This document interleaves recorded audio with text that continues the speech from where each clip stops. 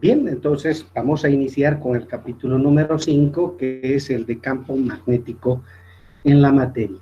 Ahora, debido a que no tenemos mucho tiempo, yo voy a desarrollar esto de una manera muy particular, ¿de acuerdo?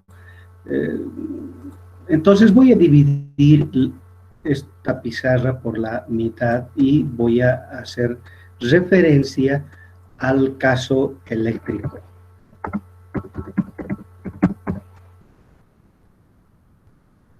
Y este va a ser para nosotros el caso magnético.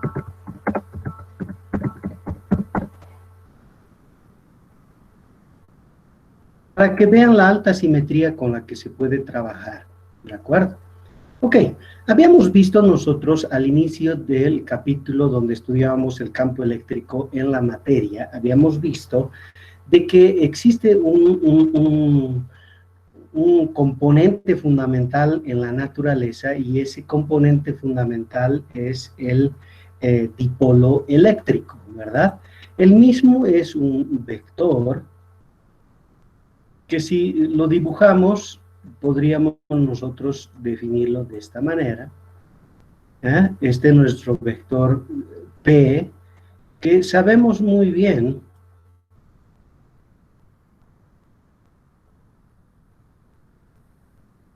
es el producto de la carga por L. Por supuesto que nosotros habíamos mencionado lo siguiente, que L tendía a ser 0, mientras Q tendía a ser infinito, ¿verdad? Entonces, en esas dos situaciones teníamos nosotros un dipolo eléctrico. Si consideramos que el observador se encuentra justo acá, veíamos nosotros que el campo eléctrico o potencial eléctrico en un punto cualquiera, digamos, si esto fuere R, si este fuera un punto del espacio R, entonces el potencial eléctrico en ese punto,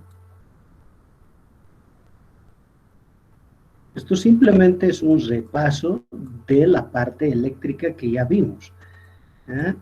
Era 1 sobre 4 pi y sub 0, ¿de acuerdo? Por P punto R dividido R elevado al cubo. Esa era la expresión del potencial escalar eléctrico generado por el dipolo en un punto cualquiera R. Y ustedes deben recordar esta expresión. Si nos vamos al caso magnético, pues sucede una cuestión similar. Es decir, hemos visto que una espira de corriente posee un momento magnético que le habíamos definido por m, ¿no es cierto? Ahora bien, nosotros pues vamos a definir por mu vector, ¿de acuerdo? A este momento dipolar magnético.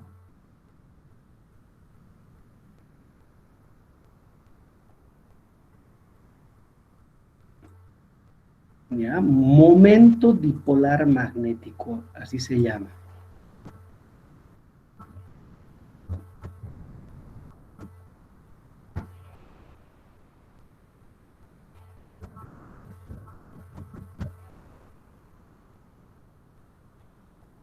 Es el equivalente al dipolo eléctrico, pero para el caso magnético. ¿Ya? En la materia hay momentos dipolares magnéticos. Ahora, ¿cómo se evalúa? Este mu, si ustedes recuerdan, es el producto de la corriente por el vector área encerrada por la espira de corriente. Entonces, si ustedes se pueden imaginar una espira por la cual está circulando una corriente, A representa el vector área encerrada por la espira. Entonces, nuevamente acá, se puede hacer que I tienda a infinito mientras A tiende hacia cero. Entonces, en el micromundo nosotros tenemos microespiras, es decir, espiritas de tal forma que el área que encierra es un área muy pequeña y por lo tanto se puede considerar que tiende hacia cero.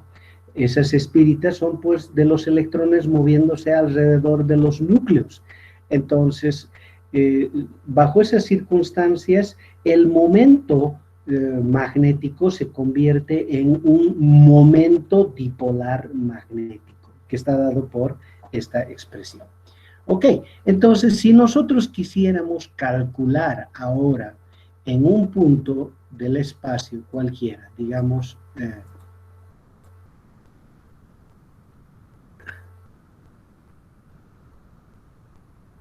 este.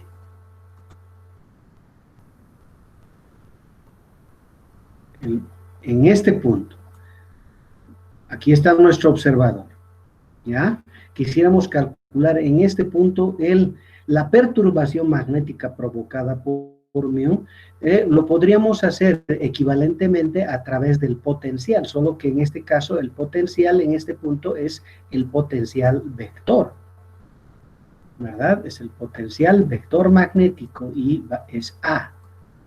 Ese potencial vector magnético tiene exactamente la misma forma, solo que con dos diferencias. Uno, la constante, que en el caso magnético es mu sub 0 sobre 4pi, ¿de acuerdo? Y en vez de P tendríamos nosotros mu, y en vez del punto sería pues cruz. ¿Por qué? Porque el resultado debe ser un vector, no un escalar. Fíjense, es un escalar, producto escalar, vector, producto, vector. Entonces, ahí está A.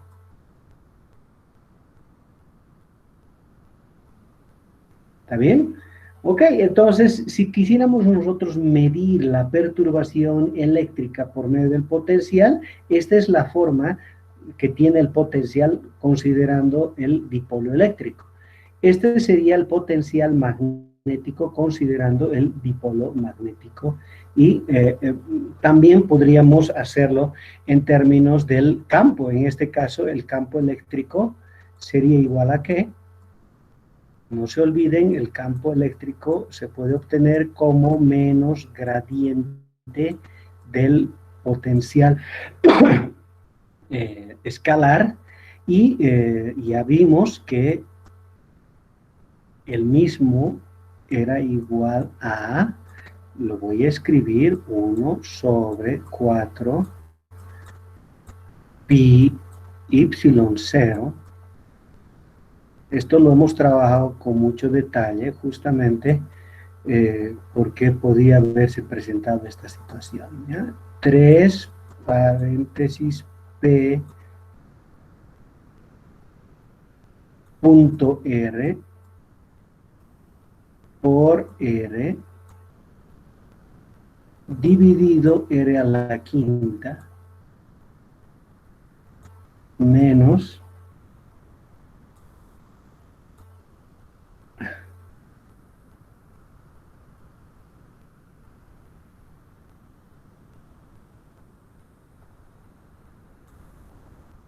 p dividido r al cubo.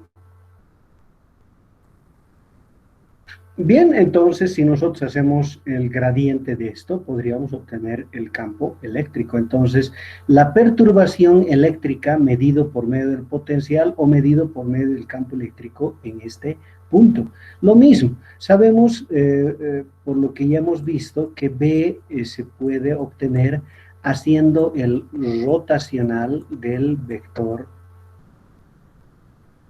potencial magnético, ¿verdad? Entonces, si uno hace esa operación, pues va a obtener para B una expresión similar a esta.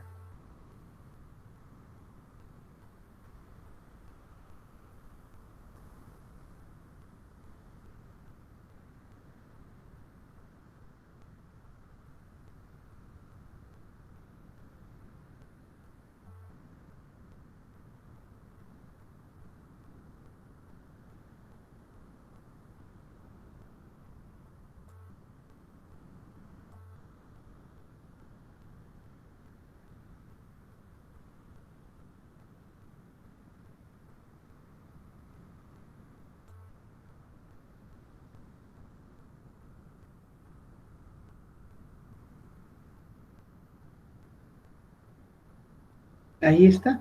Este sería el B, que sería el campo magnético generado por este momento dipolar en un punto cualquiera. Fíjense la simetría, por favor. Fíjense la simetría. Sabemos que en la materia se pueden generar dipolos eléctricos. En la materia, desde el punto de vista magnético, existen dipolos magnéticos o momentos dipolares magnéticos, como quiera. Este es un dipolo magnético. Esos dipolos magnéticos pues generan perturbaciones magnéticas en todos los puntos que pueden ser medidos a través del potencial vector magnético o a través del campo magnético. Entonces, fíjense la simetría que tienen estos dos, ¿de acuerdo? He aprovechado esto simplemente para que ustedes lo puedan comprender más rápidamente. Ahora bien, voy a pasar rápidamente al caso continuo. En el caso de que haya una distribución continua de P's, ¿ya? Voy a borrar esto, por favor.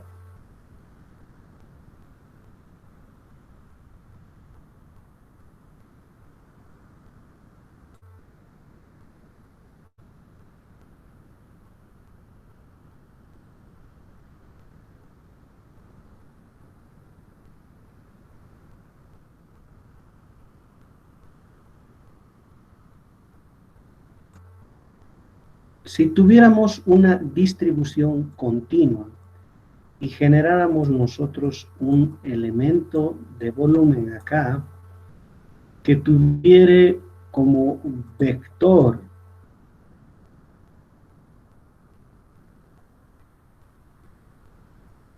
un diferencial de P prima, ¿verdad? Ahora fíjense, voy a sacar al observador aquí, ¿ya? En cuyo caso R' sería este vector,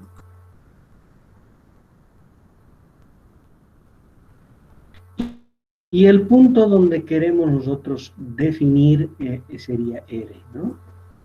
Ahora queremos determinar la perturbación eléctrica generada por una distribución continua de dipolos en un punto R cualquiera del espacio, ¿verdad?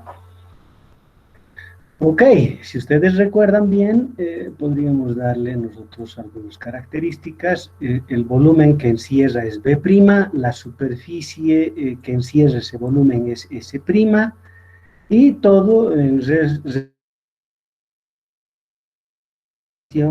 de esta situación, habíamos introducido nosotros lo que habíamos denominado como polarización, que en general pues depende de las coordenadas primas.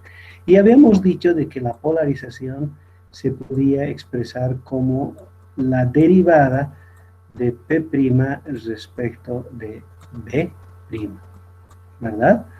Con esta salvedad, nosotros habíamos dicho de que el potencial eléctrico generado por esta distribución en este punto se podía expresar fácilmente como 1 sobre 4 pi y sub 0, la integral sobre B', de dp' a mayúscula minúscula, ¿verdad? Punto R menos R'. Claro, es que ahora ya hemos sacado al observador a este punto, ¿verdad? Entonces, esta distancia de este vector a este punto es R menos R' sobre el módulo R menos R'. Al cubo. Ahí está. Entonces, si nosotros despejáramos de aquí esto, podríamos eventualmente integrar en todo el espacio. ¿Es cierto?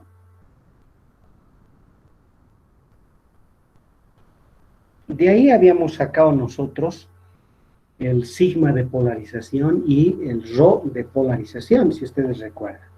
Bien, en el caso magnético, pues sucede una cuestión similar. Tenemos nosotros ahora un objeto macroscópico en el cual los dipolos se distribuyen de manera continua, de tal manera de que si uno sostiene o genera un elemento de volumen, el mismo pues tendrá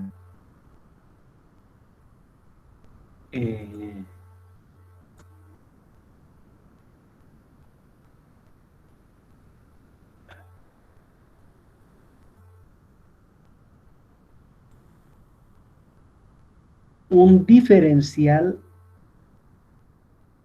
de dipolo magnético.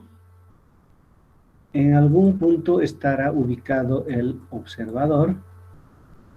Respecto al observador, entonces tenemos nosotros R' y el punto donde queremos calcular. Entonces esto será R' y esto es R. ¿Ya? Ok, entonces, de igual forma, si ahora fuera continuo esto, podríamos nosotros calcular el potencial en el punto R. Y el potencial en el punto R, entonces, sería igual a mu sub 0 sobre 4pi por la integral sobre el volumen que encierra esto. Esto encierra un volumen de prima. La superficie que encierra el volumen es S'. Y aquí tendríamos de mu prima cruz R menos R',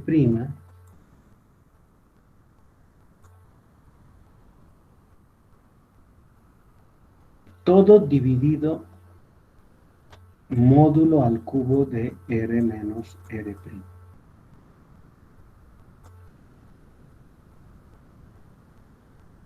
Ahora bien, así como había la polarización, pues existe lo que le llamamos magnetización, ¿de acuerdo?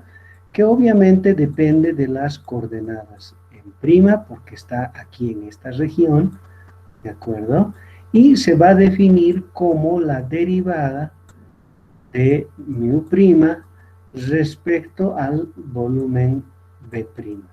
Fíjense sus unidades, ¿ya? El mu, si ustedes se fijan, el mu tiene como unidades, a ver, si es corriente por área, ¿verdad? Corriente por área, sus unidades son amper metro, ¿verdad? Entonces, esto es amper metro, que quiere decir que M es amper por metro cuadrado, ¿no? Si es área, es metro cuadrado. Entonces, esto es amper sobre metro. Esas son las unidades de la magnetización. Polarización, esto es magnetización. ¿De acuerdo?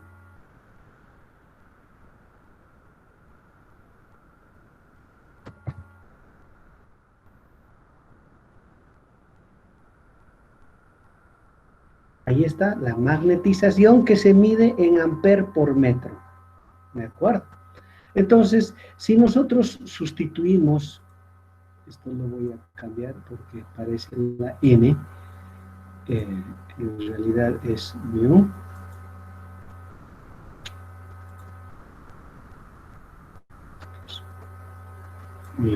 ¿No? Esto se puede reemplazar acá y eventualmente todo esto cambiaría luego de algunas integrales a lo siguiente. ¿Ya?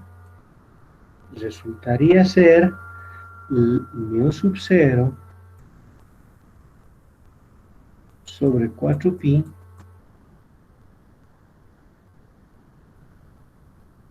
por la integral de J de magnetización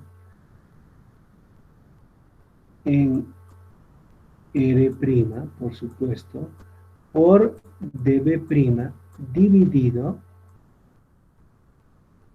R menos R'.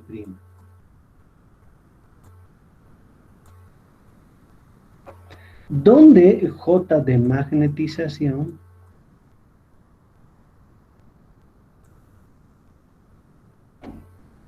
es el rotacional de la magnetización. ¿De acuerdo? Esto que es muy importante, por favor.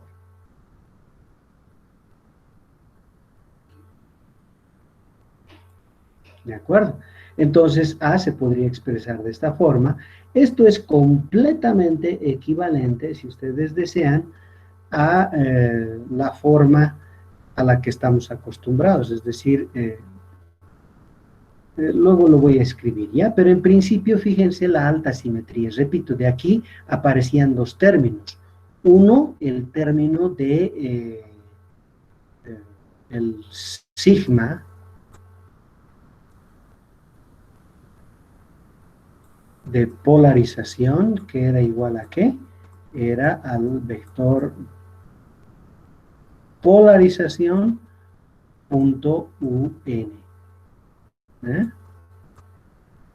Y también aparecía el término del ρ de polarización, que era igual a menos gradiente de la polarización. Esas dos cosas salen de haber introducido esto en esta expresión y haber hecho algunas integrales. Ahí es donde aparece esto. Entonces, después de haber sustituido eso y hacer algunas integrales acá, este A se convierte en esta expresión donde el J de magnetización es igual a esta expresión. ¿Qué está queriendo decir? Que el potencial causado, magnético causado por esta distribución continua de dipolos magnéticos se puede expresar así como, como si se tratara de una corriente de carga libre, ¿verdad? ¿No? Pero más bien ahora se trata de una corriente de magnetización. ¿Qué está queriendo decir? Que si yo hago la integral de esto, pues encontraría que es sobre prima, ¿verdad? De m punto, esto es m mayúsculo.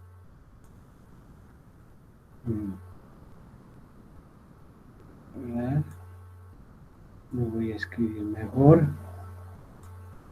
Estoy dando la forma integral de esto, ¿verdad? Entonces sería m punto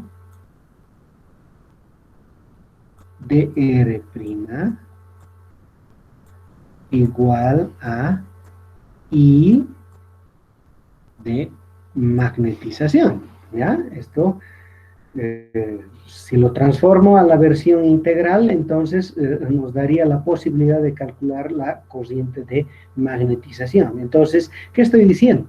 Que esto se comporta como si hubiera una corriente eléctrica acá, que es esta, la que estuviera generando en este punto una perturbación magnética que en este caso estamos midiendo a través del vector potencial magnético.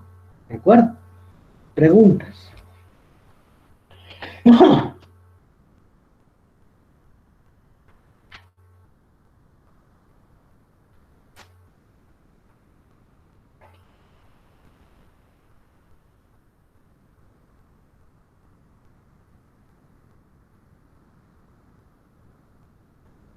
Bien, entonces, ya que no hay preguntas, seguramente lo estarán viendo un poco raro esto, pero es posible cambiar a términos de corriente y esta se podría escribir de esta forma, ¿no? Sería mu sub 0 sobre 4pi. Lo voy a expresar en términos de corriente de magnetización, esto es prima, ¿verdad? Y si la misma es una constante, entonces tendríamos la corriente de magnetización prima por la integral sobre un contorno cerrado en prima. ¿De qué? De dr prima sobre el módulo R menos R prima. Ajá. Entonces, fíjense que el producto de I' de M por dr' es esto. ¿Ya? Eso lo pueden trabajar, no es difícil conseguir esa igualdad, ¿ya? Esto por esto es lo mismo que J por dB', ¿de acuerdo? ¿Ya? Entonces, de una integral de volumen se puede cambiar a una integral de línea y esta forma ustedes ya la conocen. Esta es la manera de determinar el potencial vector magnético de una corriente en un punto cualquiera, ¿verdad? Entonces, desde el punto de vista de la magnetización, eso es lo que está ocurriendo. ¿Ya? Entonces, estas cosas son muy importantes, por favor. Esto, que es su versión integral, y esto, que es lo mismo que aquello. ¿De acuerdo? Entonces, si nosotros a partir de este momento voy a simplemente desarrollar todo lo que respecta al caso magnético, porque creo que aquí ya fue suficiente lo que nos ayudó el caso eléctrico. ¿Ya? Entonces, podríamos hacer eso y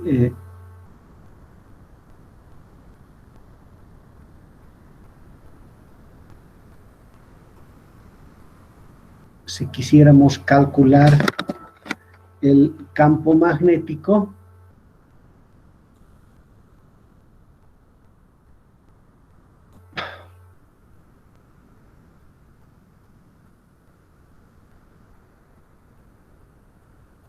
sabemos que simplemente tenemos que hacer el rotor de A.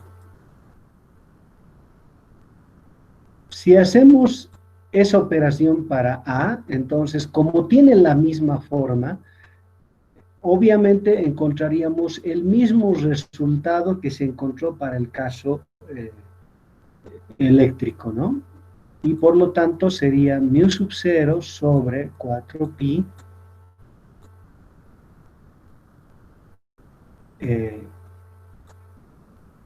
y de magnetización por la integral sobre B' de dr' cruz. Seguramente ustedes dirán, pero esta es la ley de Biot-Savart. Exacto. Esto que estamos escribiendo es simplemente la ley de Biot-Savart, solamente que ahora quien produce al campo magnético es una corriente de magnetización nada más, pero sigue siendo exactamente la misma forma para calcular el campo magnético generado por esa distribución continua dipolar. ¿De acuerdo? Entonces, ahí está el campo magnético.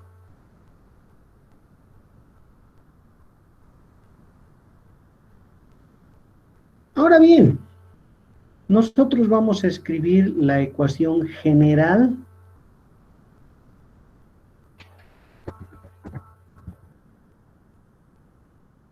o mejor le llamaremos así, la ley de Ampère generalizada, ¿ya?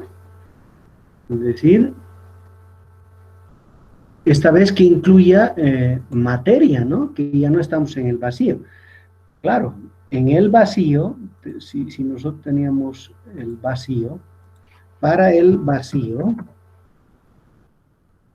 el resultado era el siguiente, ¿verdad? El rotacional de B era igual a mu sub 0 por J. ¿Qué decía esto? Decía que la fuente de B es esta, ¿verdad? Esto es lo que decía. Que la densidad de corriente de carga libre era la fuente del campo magnético.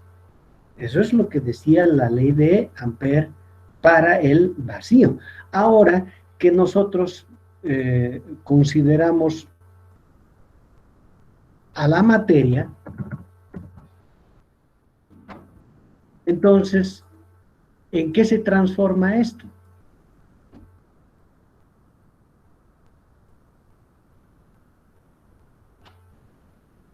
Pues resulta que la fuente que genera el campo magnético ya no es solo una corriente de carga libre, sino además de que pudiera haber una corriente de carga libre, se genera una corriente de magnetización, como ya hemos podido apreciar, ¿verdad? Esto es lo que les estoy diciendo. Esta corriente de magnetización es la que genera B.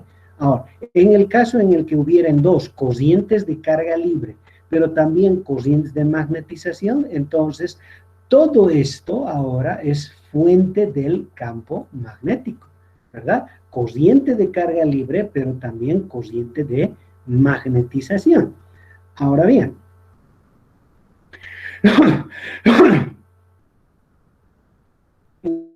como ya hemos visto, la corriente de magnetización, o perdón, la densidad de corriente de magnetización se puede obtener como el rotor de la magnetización, ¿verdad? Si sustituimos eso acá, entonces fíjense que esto puede cambiar de la siguiente manera. Puedo yo escribir ahora B dividido mu sub 0. Esto pasaba acá, ¿de acuerdo? Entonces, si sustituyo por esto y lo paso al otro miembro y factorizo el rotor, pues me va a quedar esta expresión. Y eso va a ser igual a J. ¿Ah? Bien, esto que está aquí, igual que en el caso eléctrico, con la ley de Gauss generalizada, ¿verdad? Es otro vector que recibe el nombre de intensidad de campo magnético, ¿ya? No es lo mismo que B, que le hemos llamado campo magnético, que en realidad se llama densidad de flujo magnético. Pero vamos a dejarlo así, que B represente el campo magnético, pero H es la intensidad de campo magnético, ¿ya? ¿Y a qué va a ser igual? A B dividido mu sub 0 menos m, que es la magnetización. Entonces, ¿qué unidades tiene H? Las mismas que tiene m, ¿no? Si no, no podría hacer esta suma, tiene que tener las mismas unidades de m. ¿Qué quiere decir eso? Amper por metro. En el sistema internacional, la intensidad de campo magnético se mide en amper por metro. Ahí está. Entonces, esto se escribiría de la siguiente forma, ¿verdad? Sería el rotacional de H igual a J, donde J es la densidad de corriente de carga libre. Esto es que es muy importante. Esta es la ley de Ampère generalizada, ¿ya?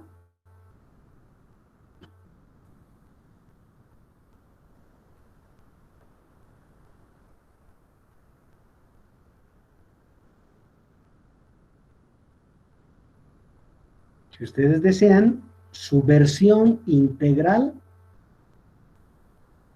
sería simplemente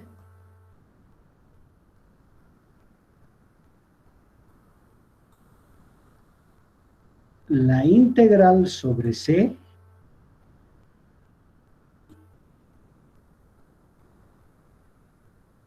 h punto dr igual I, donde I es la corriente de carga libre. Ahí está. Esta es la forma integral de la ley de Ampère generalizada.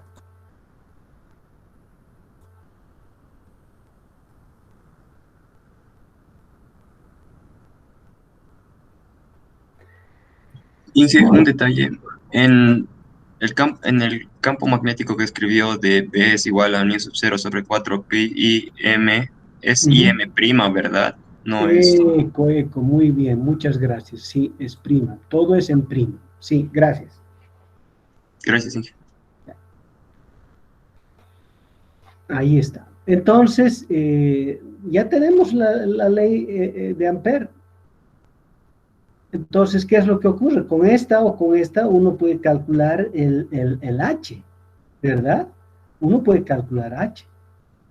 Entonces, fíjense que de esta ecuación yo puedo sacar H.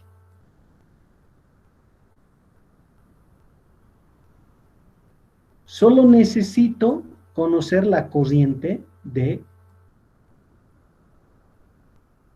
carga libre, nada más. De aquí puedo sacar H. Recuerden esto, por favor, ¿ya? Ahora, para materiales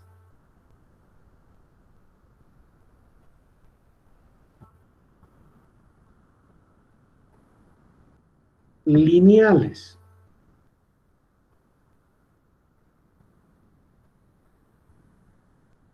y homogéneos,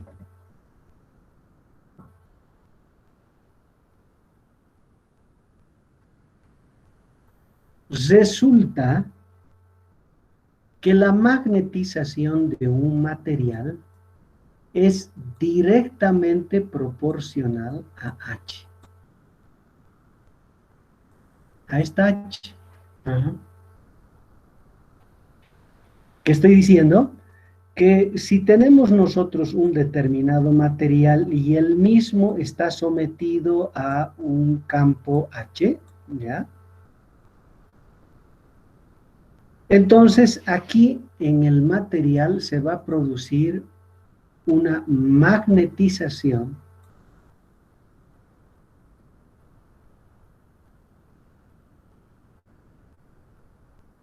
M, pero resulta que también existe esa posibilidad, que M está en sentido contrario. Entonces hay dos tipos de materiales acá. Dos tipos de materiales. ¿Ya? Aquellos que tienen esta característica y aquellos que tienen esta característica. ¿Qué quiere decir? Que la magnetización es contraria a H, ¿de acuerdo? Esos dos tipos de materiales se llaman en un caso paramagnéticos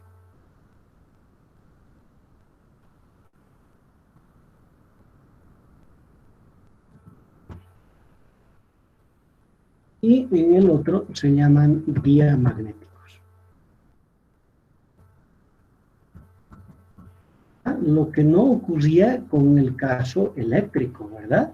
Es decir, en el caso magnético los materiales o son paramagnéticos o son diamagnéticos. Paramagnéticos, aquellos en los que la magnetización es paralela a H, y los materiales diamagnéticos, aquellos en los que la magnetización es antiparalela con respecto a H, ¿ya? Esto es lo que es diferente con respecto al caso eléctrico, en el que, dado un campo eléctrico, se producía polarización en el material, ¿verdad? Entonces, ¿qué ocurre con estos materiales? Ocurre que hay una respuesta lineal entre M y H. Entonces, como es proporcional, se puede introducir una constante, le vamos a llamar psi de magnetización a esta constante. Esa constante se llama susceptibilidad magnética, ¿ya? Susceptibilidad magnética. ¿Entienden ustedes que la susceptibilidad magnética entonces puede tener dos posibles signos? Es decir, ser mayor que cero o ser menor que cero. Mayor que cero para los paramagnéticos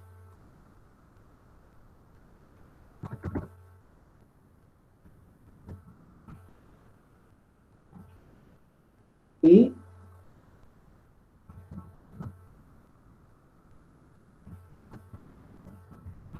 menor que cero para los diamagnéticos. Entonces, lo que ocurre con los materiales que son lineales y además homogéneos. Ya hemos hablado de lo que significa cada uno de esos, ¿no? ¿Qué significa lineal y qué significa homogéneo? Entonces, los materiales, algunos materiales magnéticos, o más bien diría la gran mayoría, son de este tipo, ¿verdad? Y entonces existe una respuesta lineal entre la magnetización y el vector H aplicado sobre el mismo. ¿De acuerdo? Entonces, si nosotros consideramos esta situación, fíjense que ya podríamos eventualmente nosotros reemplazar esta magnetización acá y encontrar la relación que existe entre H y B. Fíjense que H es independiente de la materia que haya, ¿verdad? Pero entonces H siempre se va a poder calcular de esta manera. Lo que queremos ver es cómo se puede calcular B. En este caso, si conocemos M, que es igual a esta expresión, ¿verdad?, que podemos reemplazar acá, veremos qué relación existe entre H y B. ¿De acuerdo?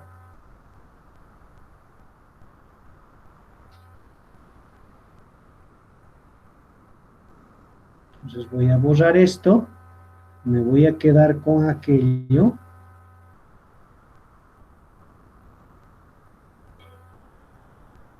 Y tendríamos entonces H igual a B sobre mu sub 0 menos la susceptibilidad magnética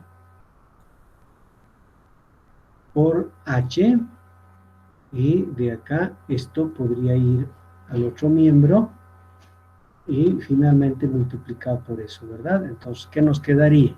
Nos quedaría, a ver, H por 1 más la susceptibilidad magnética por mu sub 0 igual a B. Ok, y como yo ya conozco H, entonces me gustaría poder calcular B.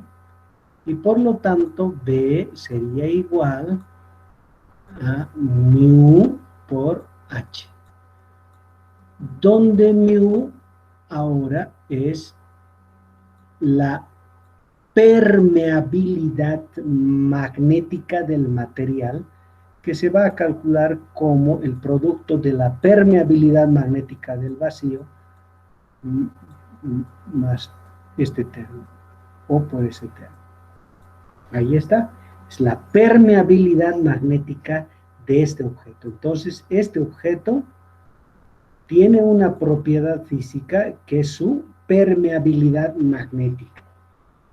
Entonces, si tenemos la permeabilidad magnética y tenemos H, podemos nosotros calcular B. Ok, hay algo más. Si yo hago el cociente entre estos dos términos, fíjense voy a obtener lo que le suelen llamar como la constante, antes era la constante dieléctrica, ¿verdad?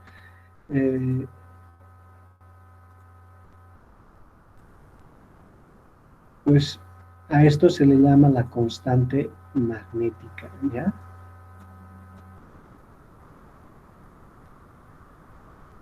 Y es igual a 1 más la susceptibilidad. ¿De qué depende esta susceptibilidad magnética? Pues depende del tipo de material del que se trate, ¿ya? Ahí está. Entonces, si nosotros reemplazamos esto por esta cantidad, podríamos escribir para mu sub 0 por la constante magnética, ¿ya?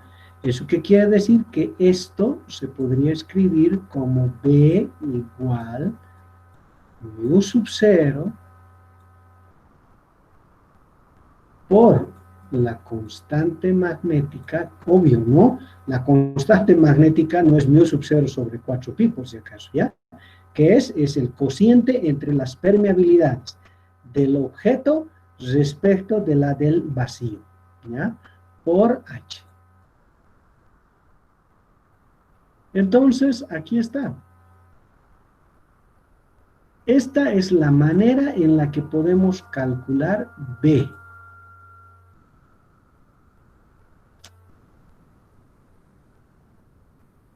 Ya tenemos H, ahora tenemos B. Es decir, calculamos H, calculamos B a partir de H. ¿Cierto? ¿Ok? Y, obviamente,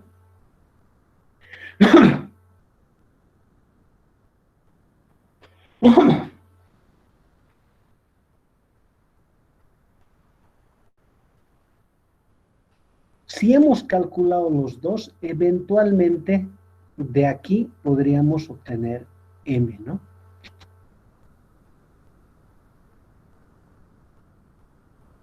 Solo tengo que despejar M de acá.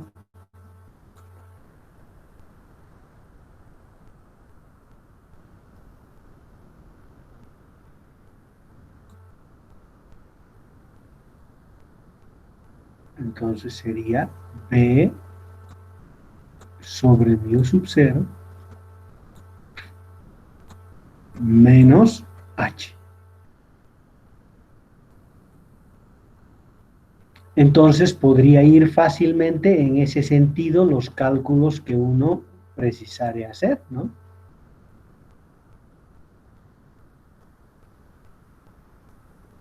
Primero calculo H. Para eso solo necesito conocer la cociente de carga libre.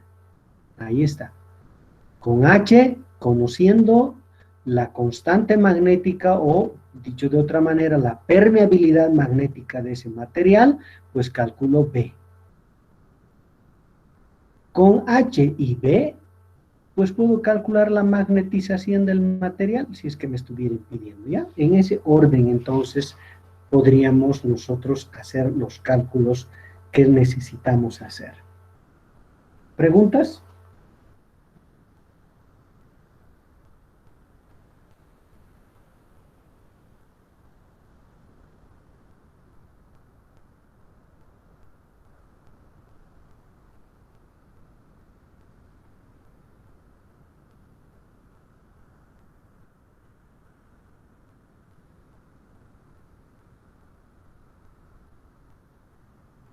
Bien. A ver, terminaremos haciendo algo, ¿ya? Y eso va a ser lo siguiente. Otra vez, para ayudar un poco a la comprensión, voy a tomar el caso eléctrico. Y aquí pondremos el caso magnético. ¿Recuerdan ustedes en el caso eléctrico cómo era la energía eléctrica almacenada? ¿Cómo se calculaba? ¿Qué le habíamos nosotros llamado? Le habíamos llamado U sub E, ¿cierto? Recuerdan que esto era igual a un medio, la integral sobre todo el espacio de ¿qué? E punto D integrado sobre todo el volumen, ¿verdad? Y obviamente aparecía lo que era la densidad de energía asociado con el campo eléctrico, que no era otra cosa que la derivada de esta expresión respecto al volumen, ¿verdad? Que eran joules por metro cúbico.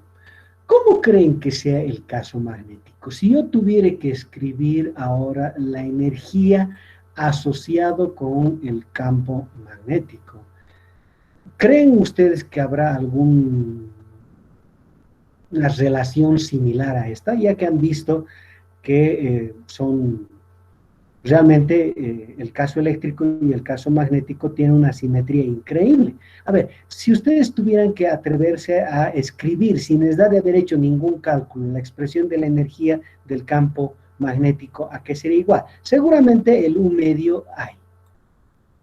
Seguramente proviene de una integral en el volumen, también será cierto. En vez de E, ¿quién vendrá? P. Ajá, muy bien. E, que era el campo eléctrico en el medio en cuestión, ¿no?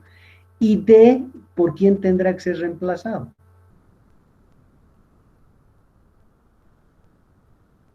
¿Quién será el que reemplaza a D?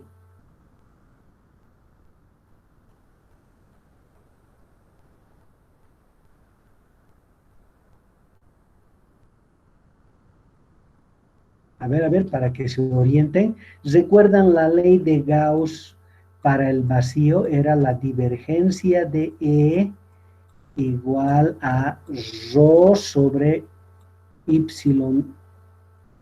sub 0, ¿cierto? Y luego que habíamos introducido el vector D, resultaba que esta ley era igual a esta expresión. La ley de Gauss para el vacío y la generalizada. Entonces, fíjense, es en la misma ley. Por comparación, la ley de Ampère aquí nos dice rotacional de B igual mu sub 0 J para el vacío, pero la generalizada ya acabamos nosotros de encontrar. Esto es el rotacional de H igual a J, ¿verdad? Entonces, ¿quién reemplaza a D de esta expresión? H. Exacto, exacto. Y lo único que hay que hacer ahora es integral sobre todo el volumen. Ahí está. Y entonces, ¿creen que habrá alguna densidad de energía asociado con el campo magnético? Pues tendrá que ser igual, ¿no? Esa densidad de energía será la derivada respecto al volumen. Obviamente, sus unidades son joules por metro cúbico, igual, joules, porque esto es en joules. ¿A qué era igual esta expresión? Era un medio de E punto D, ¿verdad? Y si E era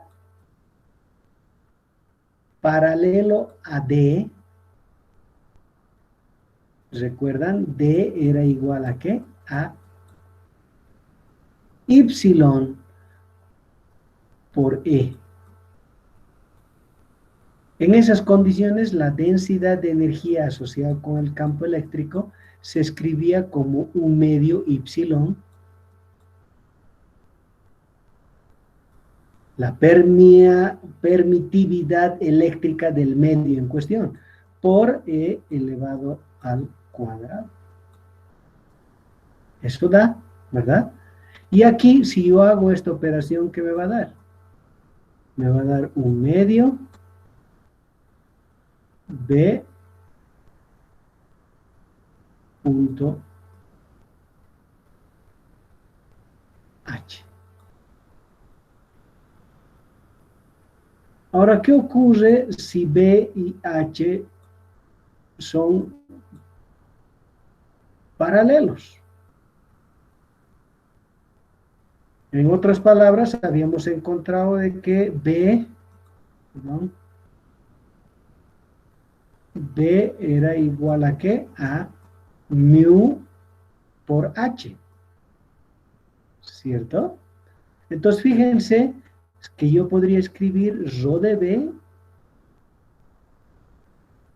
¿De qué manera? Si quiero expresarla en términos de B, sería 1 sobre 2 veces mu por B cuadrado.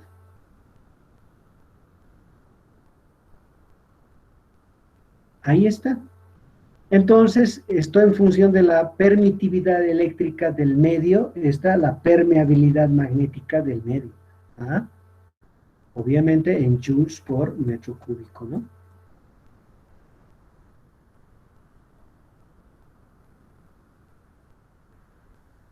Esto también.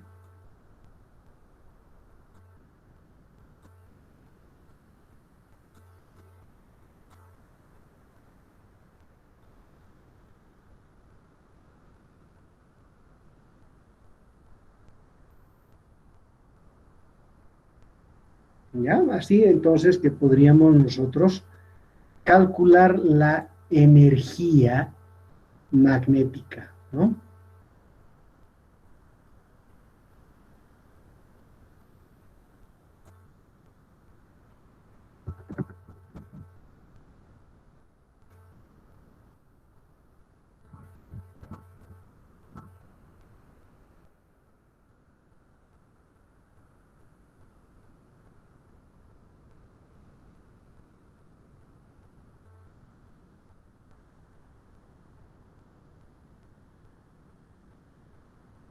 Entonces, si ustedes desean calcular la densidad de energía, ahí está. O si cumple con este requisito de esta manera, y en general la integral en toda la región donde existe presencia de campo para obtener la energía. Esto es que está en joules, ¿no?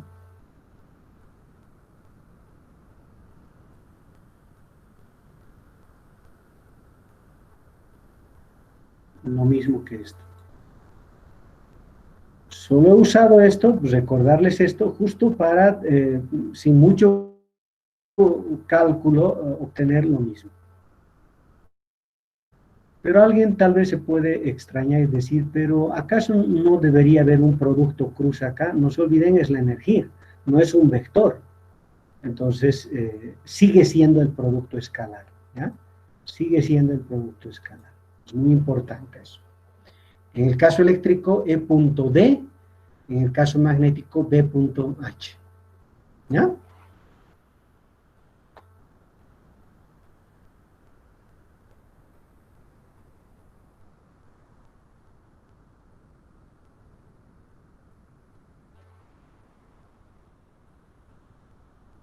Y como tarea les dejo a ustedes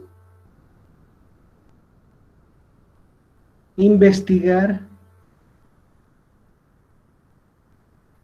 lo que habíamos hecho en el caso eléctrico, ¿no? Condición en la frontera magnéticos distintos, ¿no? Condición en la frontera. ¿Qué significa eso? Pues dos medios de permeabilidades μ1, μ2. ¿Qué pasa con B y qué pasa con H en esa frontera?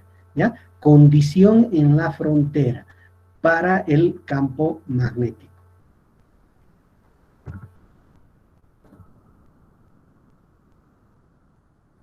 y la intensidad de campo magnético. Eso es lo que queremos que ustedes